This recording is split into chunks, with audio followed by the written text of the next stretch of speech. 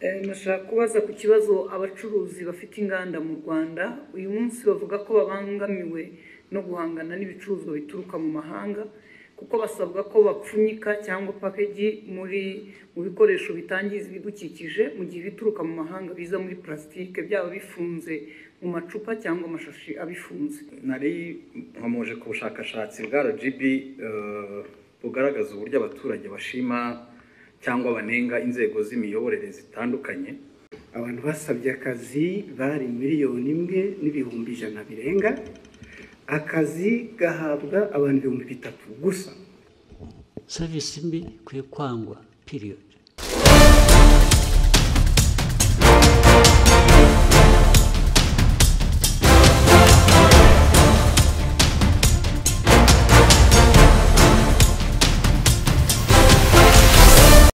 Nakoze nyakubahwa Perezida wa Repubulika, nitwa Scovia Mutesi, ni umuyobozi w'ikinyamakuru Mama wa Gasabo TV. Nashaka kubaza ku kibazo abacuruzi bafite inganda mu Rwanda uyu munsi bavuga ko babangamiwe no guhangana n'ibicuruzwa bituruka mu mahanga kuko basabwa ko bapfunyika cyangwa package mu bikoresho bitangiza ibidukikije mu gihe bituruka mu mahanga biza muri plastique byaba bifunze mu macupa cyangwa amashashi abifunze. Basanga rero badashobora guhangana nabo ku isoko, bikaba bifite ingaruka ku nganda zabo, aho bamwe bavuga ko ahari bashobora kujya hanze kugira ngo nabo binjize ibisa n'ibyo. Basanga niba ntacyo bitwaye nabo bashobora kubikoresha. Ikindi kibazo nari mfite ni ikijyanye n'abaturage uyu munsi bishimira imihanda itandukanye hirya no hino mu gihugu ihuza uturere, ariko abakora iyi mihanda minini ya kaburimbo ntabwo bashyiraho rigori cyangwa inzira z'amazi zigera mu gishanga, amazi akajya mu ngo z'abantu cyangwa mu mirima, aho usanga rimwe na rimwe bisanga batuye mu manegeka kubera igikorwa remezo cyaje. Ndabashimiye nyakubahwa Perezida wa Repubulika. Well, icyambere kitari n'iki kibazo uvuze kibi inganda n'abacuruzi n'iki. Ikibazo cya mbere dufite ahubwo nta nganda dufite. Niba twubakaga inganda nyazo byadufasha ibintu ntibigomba tukagabanya ibiva hanze bimwe bikaba biri hano cyangwa twe tubyohereza hanze. Aho niho nahera twashaka uburyo byakorwa kuko hari ibintu byinshi bishobora gukorwa mu gihugu byanajyanwa hanze cyangwa byakoreshwa mu gihugu bidakeneye plastique. Niba naho twaharebaga cyane tukagabanya, ariko kuri ibyo bindi ubwo busumbane buzanwa mu bacuruzi n'ayo mategeko ya plastique ngira ngo bigomba kuba ikibazo cya mbere bikorwa nabi cyangwa bikurikiranwa nabi. Icyo kibazo kimaze igihe ndibuka ko kigeze kuganirwa, abantu bagifatira ingamba z'ukuntu, ntabwo ubwo bitumye nibaza aho byahereye kuko ikibazo cyaraganiriwe cyagomba gufatirwa ibyemezo, ariko ejo nzabisuzuma numve neza uko bimeze. Ejo dufite cabinet meeting rwose, ndumva nzakibaza abantu birimo bakansobanurira. Hari uburyo bugomba kuba buriho ibintu byakorwa cyangwa bikaringanizwa bitakutaje cyane abakorera mu gihugu kurusha abakorera hanze bazana ibintu. Hagomba kuba hari uburyo.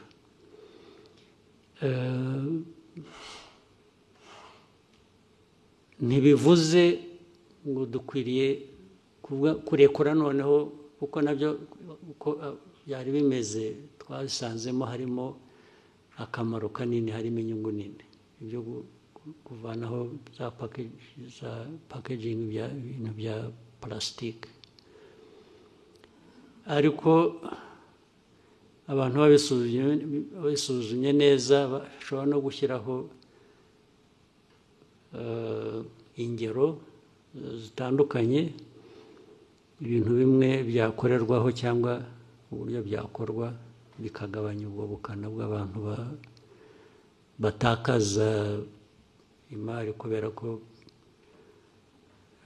ibiva hanze nabyo bikwiriye kuba bifite uko bihera nabyongeraho amafaranga kubera iyo mpamvu kugira ngo nkuringanize n'uwo mu gihugu wishyura ibirenze kubera ko we yabikoreye mu gihugu byose ushobora kubishyiraho rwose tax ari ukoresha hano nta bundi buryo agomba gukoresha plastique nashyiraho tax ariko byagera kubivana uzana plastique ayivana hanze nko kuba kabiri ibyo byose birashoboka hari uburyo bwinshi umuntu yagenda bisuzuma akabiringaniza kandi udatakaje icyangombwa cyo kuvuga ngo tugomba kugabanya plastique kuko bimaze imyaka 20 ngira ngo bya plastique bikora ntaho mbona byahungabanije igihugu mu mikorere cyangwa iki nubwo bigomba kuba bifite abo byagiye bibangamira ibyo rero byakosorwa hanyuma ikindi cyari iki iby'imihanda urumva ni nk'ibyo nabyo ni nk'ibya plastique wari uvuze imihanda ubwo impamvu abantu bakora batyo nabi bituzuye bikangiza ni ukutabikurikirana kandi nitwe bigomba kuba biturukaho kuko ari ugiye gukora umuhanda umuntu wa mbere utanga ibigomba kuzuzwa n'inde ni twebwe dushaka imihanda niba twarabitanze hariho cyangwa hatariho uburyo bwo gutwara amazi ikibazo ni icyacu niba twarabitanze nabyo uko bakora imihanda tubifite umuntu akazaza akavuga ati umuhanda mwanshinze narawukoze nararangije nimunyishyure bakamwishyura akagenda batabikoze ni twebwe ntabwo ari abakora umuhanda ngo ni ikibazo cyacu kigomba gukemuka nacyo byanze bikunze uzampa ingero gusa zimwe nakuzimpe kuko ibyo byombi ndashaka ko hari inama y'abakuru ba minisitiri ejo hari urugero nyakubahwa perezida wa repubulika umuhanda Kigali Bugesera abaturage batuye munsi kandi ubona ko hari amazu afatika abantu bubatse neza ariko hari za ruhurura ziza zitangira ari umugende w'amazi bikarangira bibaye ruhurura abaturage basabwa kuhimurwa leta igatangira gutanga ingurane aho kugira ngo ibe yarayoboye amazi agera mu gishanga icyo kigomba gukosorwa byo nabyo byanze bikunze ubushakashatsi bwa 14 bw'urwego rw'igihugu rw'imiyoborere so while I want to shorten my answers shorten your question so that we can have more people. Yes, Excellency. Nari nkomoje ku bushakashatsi bwa RGB bugaragaza uburyo abaturage bashima cyangwa banenga inzego z'imiyoborere zitandukanye aho bugaragaza ko bashima urwego rw'umutekano ku kigero kirenga 90% ariko byagera ku rwego rwa service runihariye igice kigera hafi kuri 50% by'umusaruro mbumbe w'igihugu ugasanga nicyo gice kinengwa cyane haba serivisi za leta haba n'iz'abikorera kuko hamwe urwego rwa serivisi abaturage ubwo kandi namwe murimo nawe urimo n'abandi komeza hanyuma nyakubahwa perezida wa repubulika twifuzaga kubabaza musanga habura iki ngo imitangire ya serivisi haba mu nzego za leta n'iz'abikorera ibe myiza kurushaho dore ko ari urwego rufashe runini mu cyerekezo cy'iterambere ry'igihugu icya mbere abo batanga serivisi mbi bagomba kwiga kubwirwa kunoza serivisi batanga icya kabiri abanyarwanda muri rusange mukwiriye kwanga guhabwa serivisi mbi ukayishyurira ukagenda utanavuze ugomba kubyanga icya gatatu ni mwebwe kugira ngo tumenye amakuru habeho accountability. Nawe umunyamakuru bishyire hanze ubimenye ubuti bari bamaze kutubwira umuhanda, urugero umuhanda aho ibintu byiza, amazi yangiza umuhanda, yangiza amazu, ni urwo ni urugero. Nawe butaha serivisi mbi wayiguhaye ninde? Ahangaha ukavuta ahangaha batanga serivisi nabi, even nk'umunyamakuru, ariko murabitinya, murabiceceka mukabihisha cyangwa mugashyiramo abo mufitanye amasinde gusa abandi mukabihorera. Hari abo mutavuga mukavuga ababoroheye cyangwa ababangamira ku bindi, ariko mukwiye kubishyira hanze uko bimeze. Hanyuma cya kane, inzego za leta zigomba kubikurikirana nazo ndetse ubwazo kuko zirimo, ntabwo zitabikurikiranye nabwo bafite abababaza, ubwo bakwiye kubibazwa. Ariko ikibazo cya serivisi mbi cyo ntigikwiriye kwihanganirwa n'uwo ari we wese. Ariko ndakubwira ntabwo ari hashize igihe kinini mpora nabyo, aribwo nahuye nabyo kera no mu nteko. Kera twagiye mu bintu bya what was it, national dialogue. Kera abantu bazahamagara abantu bakora bafite amaresitora bafite ibiki ngo baze bagaburira abantu bari bageze ku 1000 mu gitondo. Turakora neza akazi, ugeze ku lunch tugira break, nagiye kuyifatira ahandi, nagize amahirwe kutayifatira. So ngarutse mu afternoon usanga barambwira harimo n'abayobozi, harimo n'iki, bose bamwe babajyanye za ambulance ziraho zitunda zijyana abantu mu bitaro. Ndabihorera. Ariko ugasanga nta n'uvuga ati bazanye ibi bintu bamukurikirana bibazwa. Ndetse habaho guhura kundi aho ngaho bakagarura wa wundi bakaba ariyo baha ngo atange serivisi zo kugaburira abantu. Urumva biri muri twe, ntabwo ikibazo ari cyaba abandi batanze serivisi mbi gusa, ariko nabo bazikoreye nabo arishyura akagenda na vuba abantu benshi. Ngiye mvugana nabo bakakubwira iriya resitora, bakakubwira izina. Ejo bundi twagiyeyo twese uko twari 7, none 4 twese twararwaye na 2 baraho bari ku standby bategereje kurwara. Ugasanga ni kiganiro gusa byahereyeho. Hashira icyumweru kubera ko aho hantu hari ukuntu wenda hagezweho cyangwa bahavuga neza, ukumva ngo basubiyeyo. Ntabwo serivisi mbi yacika kandi muyishimiye. Nize wowe wahora usubira ahantu baguha serivisi mbi ukishyura, ubwo butishimye se.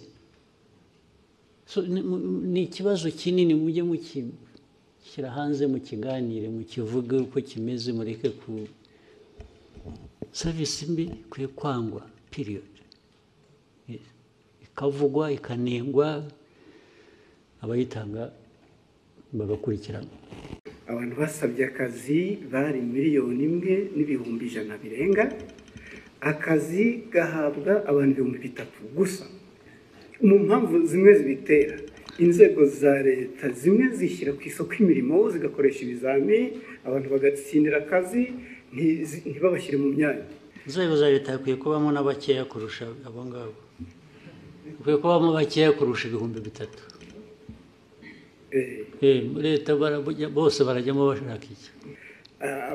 Abanyesengero basabwe kugira ibyo bavugurura, barabivugurura bashyiramo amafaranga, nabyo bigiye gusaza zitarataha. iyo bibagewe nta nsengero nafungura n'imwe.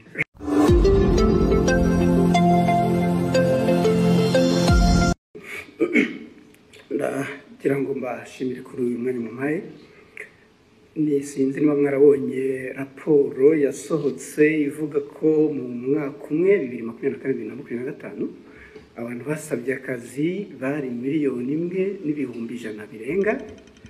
Akazi gahabwa abantu 3,000 gusa, 3,000 kuri 1,100,000.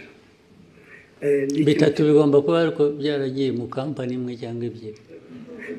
Ntabwo nibera ko birakireka. Noneho mu mpamvu zimwe zibitera, inzego za leta zimwe zishyira ku isoko imirimo zigakoresha ibizami, abantu bagatsindira akazi ntibabashyire mu myanya. Hanyuma abavuga ni mu nzego za leta. Yego, mu nzego za leta. Inzego za leta hakwiye kubamo n'abakeya kurusha abo ngabo. Hakwiye kubamo bakeya kurusha 3,000. Leta bose barajyamo bashaka iki? 1,000,000 urayishyira muri leta igihe ikora iki? Nyakubahwa Perezida wa Repubulika, ikibazo ntabwo ari uwo mubare w'abakora muri leta, ahubwo abo bavunika bakora ibizamini ntabwo bose babikoze n'abiyandikisha basaba akazi. Ababikoze ntekereza ko bagera muri 500. No kugira ngo baringanize.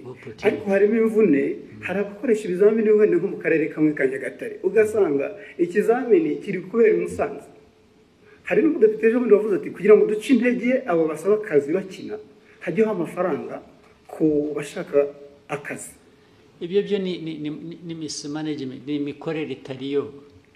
Ibyo nyine babishyira ku murongo, ibyo bishobora gukosorwa, ntabwo ari ikibazo kinini cyane. Hanyuma ikindi Nyakubahwa Perezida wa Repubulika, ibirebana n'insengero, abany'insengero basabwe kugira ibyo bavugurura, barabivugurura bashyiramo amafaranga, nabyo bigiye gusaza zitarataha. Iyo bibagewe nta nsengero nafungura n'imwe. N'ibyo dukora tubikora nyine byose kugira ngo abantu nayo insengero muri development, muri ibi byose twavugaga intambara ziri ku isi na survival y'igihugu, insengero zifitemo uruhare iki? Nazo ziratanga akazi se? They are just cheating. Abenshi they are just cheating. Ariko mubahehe mwebwe?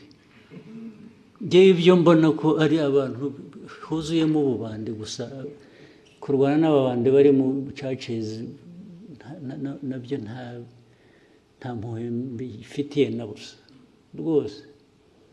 Ariko mwebwe abakoroni barabarindagije, namwe murarindagira. Ubu twirwa tuganira ibintu bya church, ibisengero, wagiye mujye guhinga, mworore, mujye gusenga nushaka usengere kuri telefone. Ibyo churches aho byaturutse ntuhazi. Churches ahantu hose ziri, ahubwo ndetse buriya nuko dushaka gushyira ibintu mu kuri, ntitudashaka guhutaza abantu, tugira kwigisha, naho hafunzwe nke. Ikibazo kirimo Nyakubahwa Perezida wa Repubulika, kubera hari uturere tumwe zifunguye, abaturage baturuka mu turere aho zifunze bajya gutera umubyigano. Naho tuzazifunge ahubwo. Yes, aho ziri ubwo tuzazifunga, bajye basengera mu rugo rwose. Iri senga abanyafurika mwara. Niba munyemera ikindi kibazo kimwe kirebana n'inyambo, ejo bundi mwagabiye Emile wa Katari inyambo. Albert Rudatsimburwa twaza tuganira avuga ati birakwiye ko inyambo zishyirwa mu murage w'igihugu ku buryo buri official. Ibyo bintu mwese mubitekerezaho bizakorwa ryari? Muzabitekerezeho mwebwe. Muzabitekerezaho mubikore. Njye mfite inyambo ndazitunze, ndishimye. Uko muzazigenza migirire gute, ibyo birabareba. Yes, njye nzatunga, ngabe, nishime, ko ari amateka yacu se. Mwe mukora akazi ko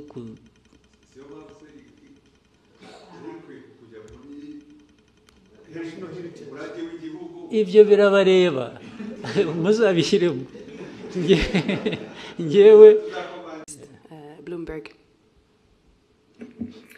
Thank you, Mr. President. Onduro Ganga with Bloomberg News. I just have a couple of things I'd like to hear from you. If we look at gold prices, they've hit an all-time high in the market.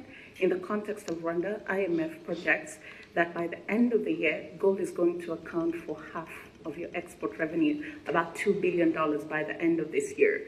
But in the same breath, we have seen sanctions, particularly from the EU, on the country's main smelter, Kasabo, and some of its executives.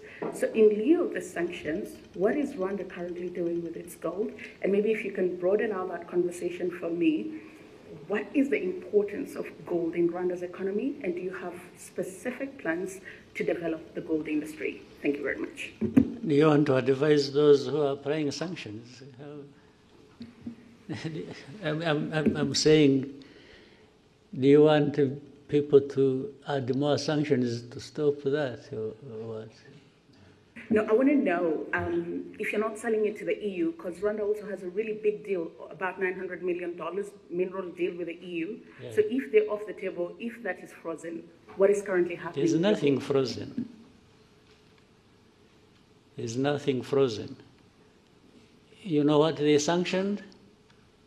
They are individuals who led that refinery. But the refinery operates, right? So that I don't misquote you, Rwanda is still selling its gold to the EU? It's selling gold to the market. Whether EU, the Gulf region, or United States.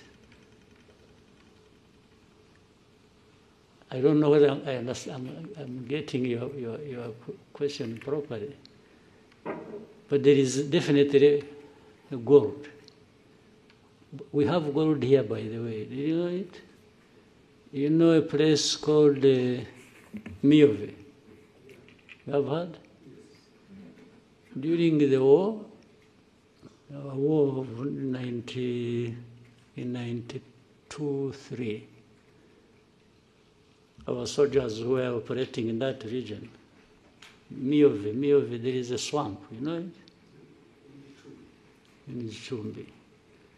Our fighters woke up and found some stones they didn't know flowing along the river, and they picked that stuff. And in fact, we sold it, sent it through to Uganda, sold it. It bought us, we were able to buy some meals for a week. Just from the gold we picked. The mining still goes on artisanal, and now they are doing deep exploration to see if there is gold in Nyamagabe area, near Nyungwe. A lot of gold comes from there, and so on and so on. Then more gold comes from, and gold has been coming through here or sold here from Congo as it goes through Burundi or goes through Uganda. So there's nothing particular about gold and Rwanda that people should blah, blah, blah about. Even the refinery, but you know the sanctions, if you followed, the sanctions, they sanctions 2 individuals. What does that have to do with gold?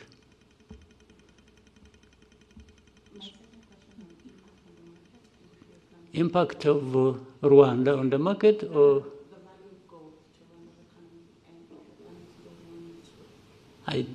Well, it must be there. I haven't calculated it, but the impact must be positive, must be there, relative to the price of gold going up.